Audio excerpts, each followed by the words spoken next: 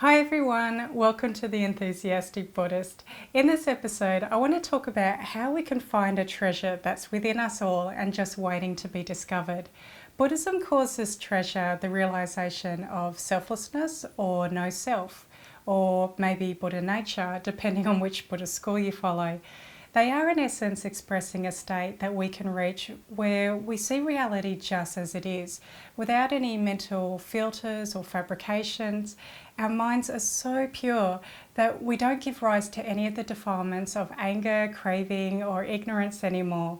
And where there's no ignorance, there's also no suffering of the countless other afflictions that can arise in us, such as jealousy, arrogance, and maliciousness, for instance. This state of mind is characterized by a state of non-grasping, where our mind is completely happy and content with everything, because we see everything as arising and passing away moment to moment, so we don't grasp to anything anymore.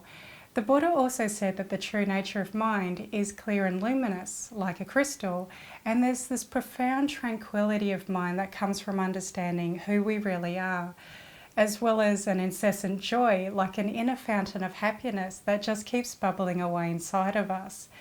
But to find this treasure within, it's not an accident. There is a process involved. Just like if you're actually trying to mine a diamond, you would need the right tools, techniques, effort, and patience. Well, when it comes to finding an inner treasure, we also need to understand that there is some work that needs to be done. And no one else can do it for us. We need to take the lead here and pick up the shovel, so to speak. We need to be willing to put in the effort.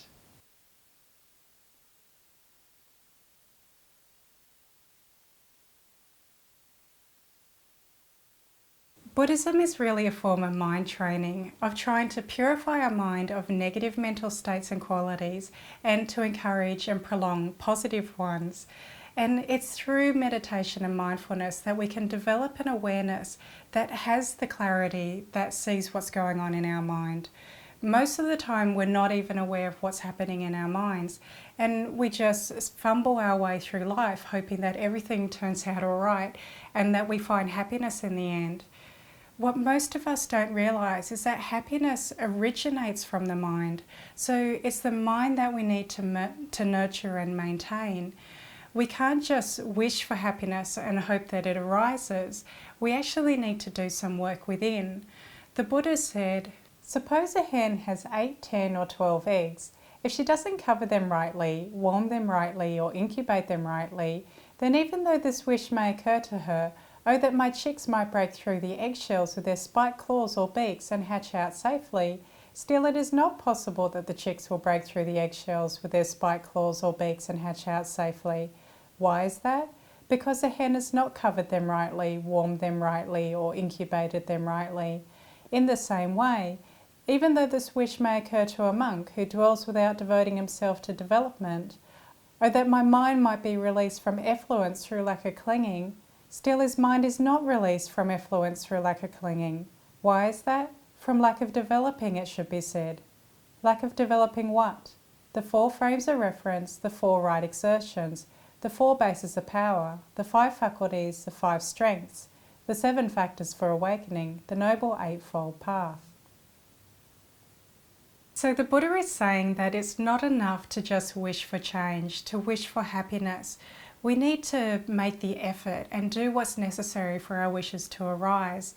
In this case, the Buddha mentions several things we should train in for helping us to purify our mind of negativities and to start encouraging positive mental states.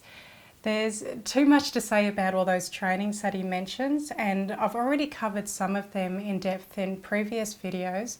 But in general, the Buddha says here that we need to develop the 4 frames of reference, which are the mindfulness of body, feelings, consciousness, and mental objects. So we need to be mindful of what's happening within our mind all the time. Then not only should we be aware of what's happening in our mind, but we should be trying to eliminate unwholesome qualities of mind and encourage positive ones. So he says we should train in the 4 right exertions, which are the 4 right efforts of preventing and eradicating negative states of mind like anger, and cultivating and prolonging positive mental states like patience and compassion. So you can see here that the majority of these trainings have to do with the mind, which shows us that this diamond-like nature of our mind can only really be revealed through mental training, not through anything else.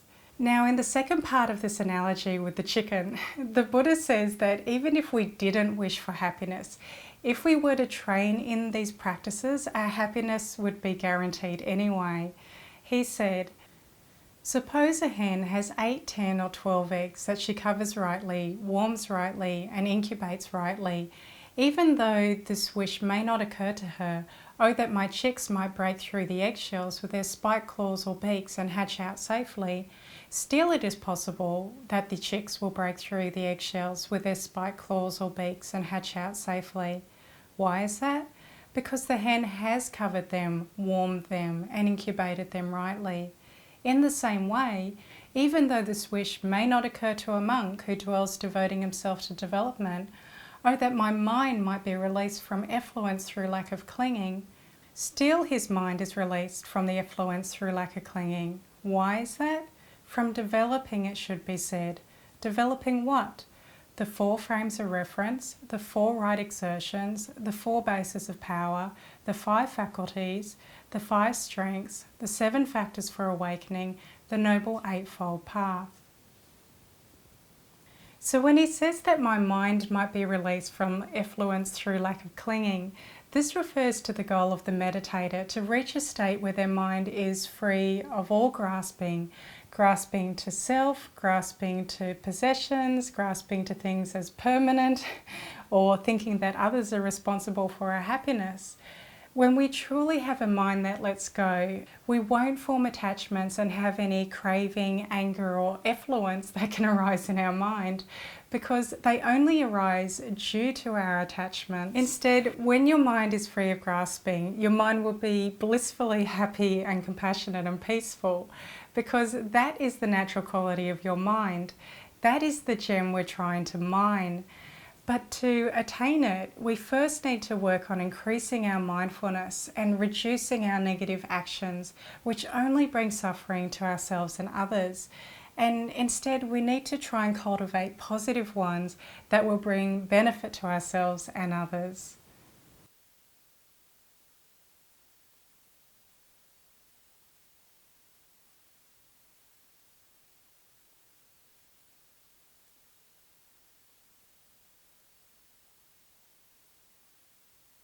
In theory, the Buddhist teachings may make sense to a lot of us, but they're not always so easy to practice. The reason is because we're actually up against years of conditioning.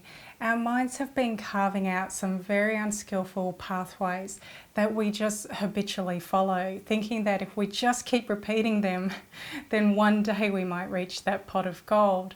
So we have years of habits of our body, speech and mind that we need to look at and even try to change. So of course it's going to be hard work at first. It's like when you're trying to dig into the ground, it's normally pretty difficult to start with because the earth is solid and compacted. Well, our mind has been hardened with our negative habits of giving into sensual pleasures, maybe years of addictions that have only harmed ourselves, and thoughts of anger. Either way, we have habits of mind that we need to recognize and uproot. And the first part of this comes from practicing mindfulness. So, you know when you want to dig a hole in the ground, and there's one simple thing you can do. You can run a hose on the ground to soften it up. Well, the water we need to apply to our mind first is our mindfulness. First, we need to have the mindfulness and awareness to see our unskillful thoughts. Then we don't need to use as much effort to break up our patterns of negative behaviour. With just a bit of mindfulness and effort, we can actually stop ourselves from saying things that we would later regret or thinking unskillful thoughts that only bring us misery. So we just need mindfulness first so we can see our habits. And in that gap between seeing them arise and when we're about to act out on them, we can choose to act in a more skillful way, which won't bring unhappiness to ourselves and others. Admittedly, in some ways, our modern life and culture have made our task of purifying our minds and finding happiness much more difficult, because we've been taught that happiness comes from consumption and acquisition, that getting everything from food to the latest electronic gadgets to watching the latest TV series on Netflix will make us happy. Advertisers hold up these nice shiny objects and say, hey, look what these can do. And we're like, oh, I want to have one of them. Society doesn't teach us to value the things that can really bring us happiness, such as doing meditation and trying to find the peace within. Yet this is the thing, happiness can only be found within, not from something external to us. And when this realization starts to dawn in our mind, we will start to practice mindfulness, meditation, and watching our body, speech, and mind, because we see that happiness comes from being able to control our mind and when we're not run over by our negative habits anymore. So let me ask you, how many people do you think live like this in the world, where they're paying attention to their mind, trying to remove anything harmful or not conducive to happiness, and yet purposely trying to cultivate what does lead to happiness? Well, the answer is not many at all. We are definitely in the minority. We are definitely going against the flow of society when we start practicing the Buddha's teachings of morality, meditation, and wisdom. The Buddha used this analogy of going against the flow when he said, "And who is the individual who goes with the flow? There is a case where an individual indulges in sensual passions and does evil deeds. This is called the individual who goes with the flow. And who is the individual who goes against the flow? There is a case where an individual doesn't indulge in sensual passions and doesn't do evil deeds, even though it may be with pain, even though it may be with sorrow, even though he may be crying, his face in tears. He lives a holy life that is perfect and pure. This is called the individual who goes against the flow." So even though the path might be difficult at times, and the easiest thing seems to just let ourselves be swept along with the river of what society says is happiness, we have to remember what the Buddha said time and time again, that the rewards we seek come from following a virtuous and meditative life, not from indulging in the pleasures of the senses and getting lost in mindless activities. Actually, the biggest motivator for us making a stand and deciding to go against the flow is because we've seen the unsatisfactoriness of worldly life for ourselves. We've seen that no matter how much we try to rearrange our lives, no matter how many nice possessions we have, no matter what fame or great family we have, or food we eat, or shows we watch, that none of them are able to bring us everlasting satisfaction and happiness. We are never left with a feeling that where we feel that we have enough and that we can be happy, peaceful, and finally satisfied. This idea of everlasting happiness just seems to elude us no matter how close we think we are. And this is what the Buddha called the first noble truth, realizing the dissatisfactory nature of life, and that we can't find everlasting happiness from the things outside of us. We really shouldn't underestimate the importance of having a deep, heartfelt understanding of the first noble truth of dukkha. When we know and understand suffering and we realize that happiness isn't found in worldly things, we will have the impetus that makes us willing to follow a spiritual path of virtue and meditation. Otherwise, there's no incentive. We first need that understanding and foundation on our path. Not only does it pave the way for the rest of our practice, but it also ensures that we have the highest realization. The Buddha said, just as if someone were to say, without having built the lower story of a gable building, I will put up the upper story, that would be an impossibility. In the same way, if anyone were to say, without having broken through to the noble truth of stress as it actually is present, without having broken through to the noble truth of the origin of stress, the cessation of stress, the path of the practice leading to the cessation of stress as it actually is present, I will bring about the right ending of stress. That would be an impossibility. The Buddha here is saying that unless we understand suffering, its nature and its causes, we cannot bring about its end. We need to fully understand them, then we can build on this realization. So just in the same way you can't build the second floor of a building before you build the first one, we need to have this first realization, this foundation of the noble truth of suffering. When we truly have this realization within us, this is the moment when we're going to take a stand and say, hang on, all these worldly things and desires haven't worked for me. It hasn't brought me everlasting happiness. Perhaps there's another way. You know, it might be hard to take a stand in a raging river, to reassess our lives and our ideas of what leads to happiness. But that is the first and necessary step we all have to do. Then once we've learnt the teachings on morality, meditation and wisdom, we can ever so slowly start to walk against the current.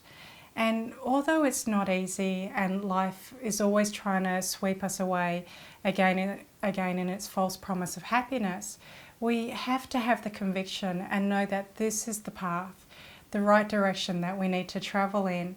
And we take it day by day, week by week, moment to moment. There's no rush as long as you're moving in the right direction. Slowly over time, we will start to eradicate gross negativities and defilements in our mind, which are preventing us from seeing the jewel of our mind within. The Buddha said, "There comes a time when the goldsmith or his apprentice has blown on the gold again and again until the dross is blown away. The gold, having been blown on again and again to the point where the impurities are blown away, is then refined, free from dross, pliant, malleable, and luminous." So in the same way, over time with repeated practice, the mind will become purified like gold. It becomes malleable and pliant and can become a wonderful tool for our meditation. To explain this, the Buddha said, "There comes a time when his mind grows steady inwardly, settles down, grows unified and concentrated. His concentration is calm and refined, has attained serenity and unity, and is no longer kept in place by the fabrication of forceful restraint. And then whichever of the higher knowledges he turns his mind to know and realize, he can witness them for himself whenever there is an opening." So the mind that is free of defilements no longer has to be restrained. Our going against the flow thing and the difficulty of practicing the path doesn't need to be forever. It actually gets easier and easier over time, because as the defilements reduce in our mind gets naturally happier. And the clearer we can see our mind and our situation and make better decisions on a daily basis, that leads to an even greater peace in our minds. This then has a flow-on effect on making our meditation sessions even more concentrated and fruitful, and before long, awakening and happiness are in our hands.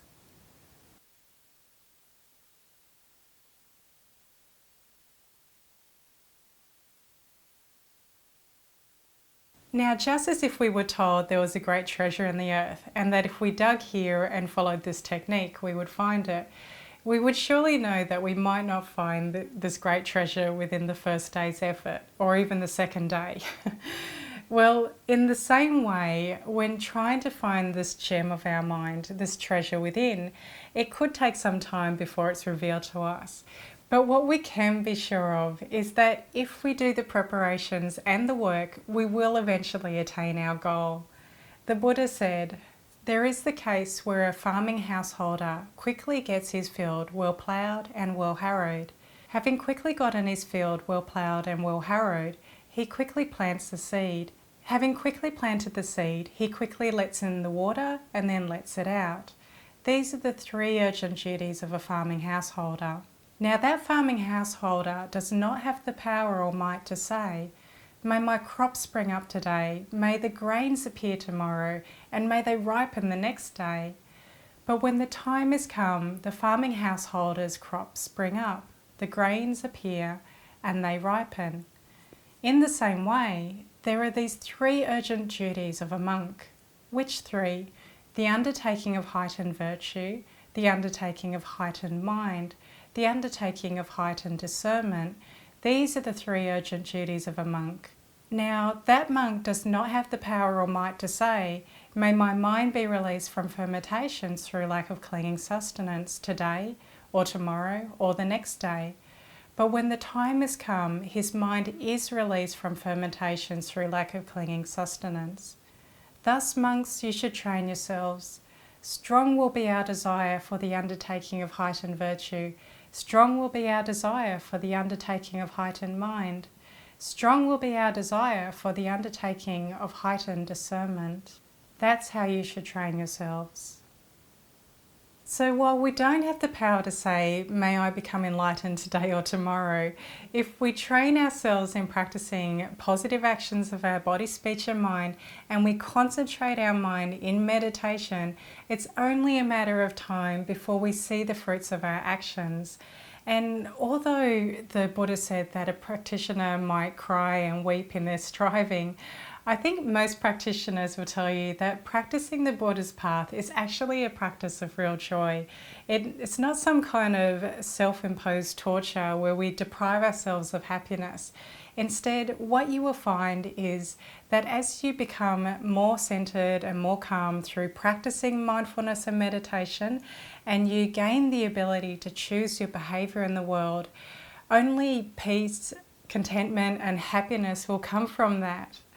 They often say the Buddhist teachings are good in the beginning, good in the middle, and good in the end. Well, practicing his teachings can also be good in the middle, good in the beginning, good in the middle, and the end. Sure, we have to put in a bit of effort, but the Buddhist teachings also speak about joyous effort, which is what makes this path delightful. Each day as we make progress with our practice and we slowly start to wear away the defilements covering our mind, we will start to gain clarity, peace and wisdom. We don't need to wait for forever to see the results. The results will start becoming apparent once you start practicing. And you could say the true gem of our mind is starting to reveal itself in those moments of happiness, contentment and peace. So we all need to start digging for this treasure. We all need to start a regular meditation practice, start identifying areas in your life that you know you need some improvement on, and then make a bit of effort to make the changes you need. The great rewards from our little bit of effort are definitely priceless, and it's worth starting today if you haven't already done so. So I hope you've enjoyed this video. Don't forget you can read more on Buddhism and meditation at my website, enthusiasticbuddhist.com. So take care, and I hope to see you in the next video.